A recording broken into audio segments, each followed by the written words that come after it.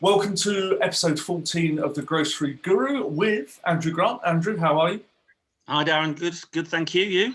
Yeah, I'm good. Looks like you're at your mum's, am I guessing? I am at the homely palatial pile. Very nice, very nice. All right, looks lovely. This week, I think we're talking about range reviews, range resets, that sort of thing. That's what we discussed. Yeah, I think I think we said last week not a lot happening out there. But the only bit of newsworthy stuff to come out is Morrisons have had a virtual supplier conference and have announced a major category reset. What I found quite funny actually is some of the learned publications out there picked up the fact that it's a 170 category range review. Wow. But published it as Morrisons to change 170 products. Yeah. Well, that's not many, so that shouldn't take long. It'll take them about 12 minutes, I reckon, yeah. But no, it's 170 categories, full-on range reset by the sounds of it, and utilising their new Morrisons Edge shopper insight technology. And is this their hookup with IRI, am I guessing? Yeah, with IRI. Okay, so a crazy time to be doing a range review, range reset? Well, yeah, exactly. That was my first thought. We don't know what the new normal is. So they're going to be looking at a year's worth of data when, just take a few categories. People haven't really bought any sandwiches for lunch. Yeah. People haven't been doing meal deals. Everybody's been baking at home and cooking at home. So ready meal sales probably aren't reflective of whatever the new normal is. So I think it's quite difficult to do a range review when the world's been turned upside down. Why the timing now is slightly bizarre to me. I don't know. I mean, it's a topsy-turvy time, obviously, to do it, and you're basing it on data that may then change as shopper habits change. We come out of lockdown, blah blah blah. Is it a brave move to be doing it?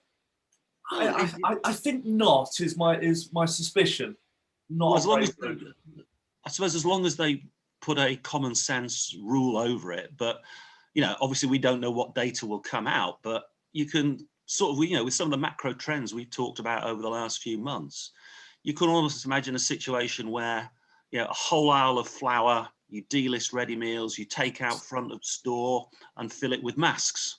Yes. That ain't going to be the new normal back in, hopefully in May, June, July. You're right, it's not. And I think we could both credit our friends in Bradford with more intelligence. And of course, they're not going to put a whole Isle of Mars in. But it comes down to the nitty gritty, doesn't it? Are they going to extend baking by 20% and then try and change it again in June where they go, hold on, we're now not all baking? Maybe. Yeah, no, exactly. Maybe. Exactly. I don't know. So it will be interesting. And I guess for the suppliers out there, our clients, it's going to be quite a challenging range reset for them to go through. And, I guess our message is, we've got a lot of experience of this, and obviously the inevitable negotiations that will come to fruit from the winners and the losers being put under pressure. Yeah. So I guess the message of today's webinar is that, we're here to help. If there's any Morrisons supplier out there caught up in this range reset, quite important, I think, that they spend the commensurate amount of time on it, because it's going to be a weird one. It is, and also not forgetting we've got our new man in the office, Mark White. So G Scott is looking down with a fresh lens at D-lists, which Morrisons could come a cropper on if they're not careful with those. I'm sure they are. Well, as always, there's a new adjudicator there. I think we've said way back in an earlier one of these. Yeah, he will want to make his mark. What is it? The famous first 100 days? Yes. He must be coming close to that. So I'm sure he'll want to make his mark. But we've seen that all the signed up retailers under G Scott, they do pretty much play by the rules. Yes. Yes, we've got the Code Confident Pack, which was launched a couple of weeks ago by Mark, which we've had a look at. Yeah, thumbs up to that. And then that made me think about Biden's first 100 days. Quick note to him.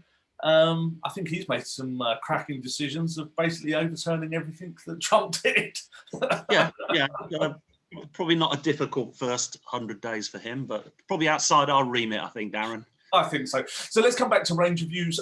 Your experience, what would you tell the people watching this on range reviews? I've got a couple of things I'd share, but what would you say, having been through probably hundreds?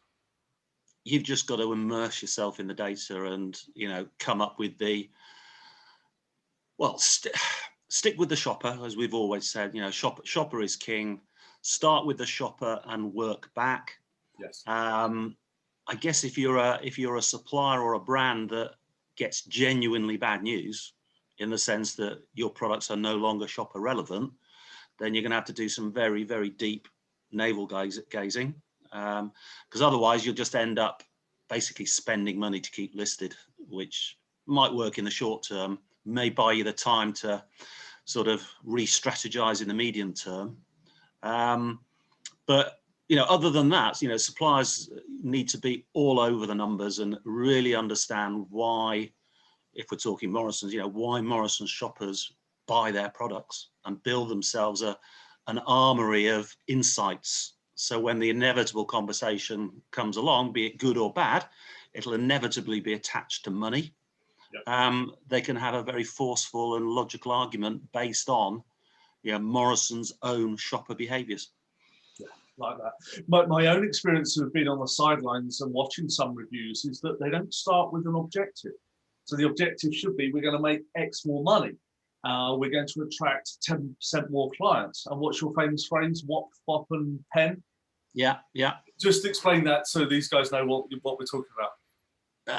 But it's very simple. The only three ways you can add value to a category is bring your shoppers in, which is penetration, the hardest one to achieve. Get customers to spend more. That's weight of purchase, value weight of purchase, or get them to buy bigger packs, volume weight of purchase, or get them to buy more often, get them to come in every week rather than every fortnight, which is frequency. Lovely. I like that. Wop, fop, and pen. That's right, isn't it? Wop, pen. Yeah. So you either get more shoppers in, you get them to buy more, or you get them to buy more often, or ideally all three. Or all three. And our suggestion should be that your range review would start with an objective of one of those. Now, typically, when you move one of those dials, one of the others goes back down. But overall, you should add to your category 3%, 5%. We're going to get 10,000 more customers. Yeah, and one of the dynamics of this pandemic is frequency has dropped considerably. Yes. So people have gone back to a bi-weekly or even a monthly shop. As we said right at the start this morning, people aren't popping in every day for lunch and picking up their dinner because they're stuck at home, and they're probably getting the delivery. We've seen the home, talked about home deliveries a lot. They're getting a home delivery truck every 2 weeks. So frequency has dropped dramatically. But I remember Tesco's financial statement, the weight of purchase has rocketed. And particularly in areas like beers, wines and spirits, obviously, because there's no pubs to go to. Well, how else do we get through lockdown?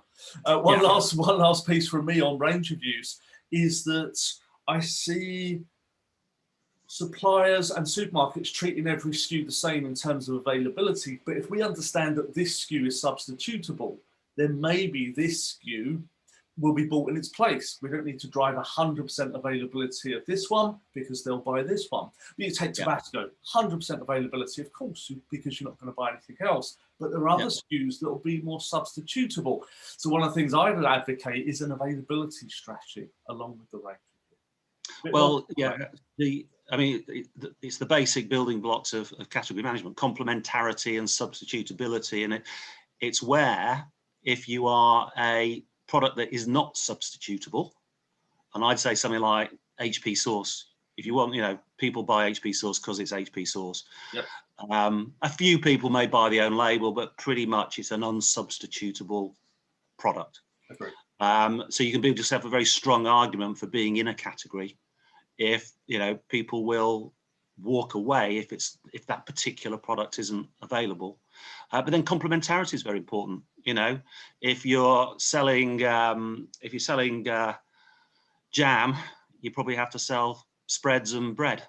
So again, you can create yourself strong category arguments based on you're either not substitutable or you're highly complementary to some of the major basket items.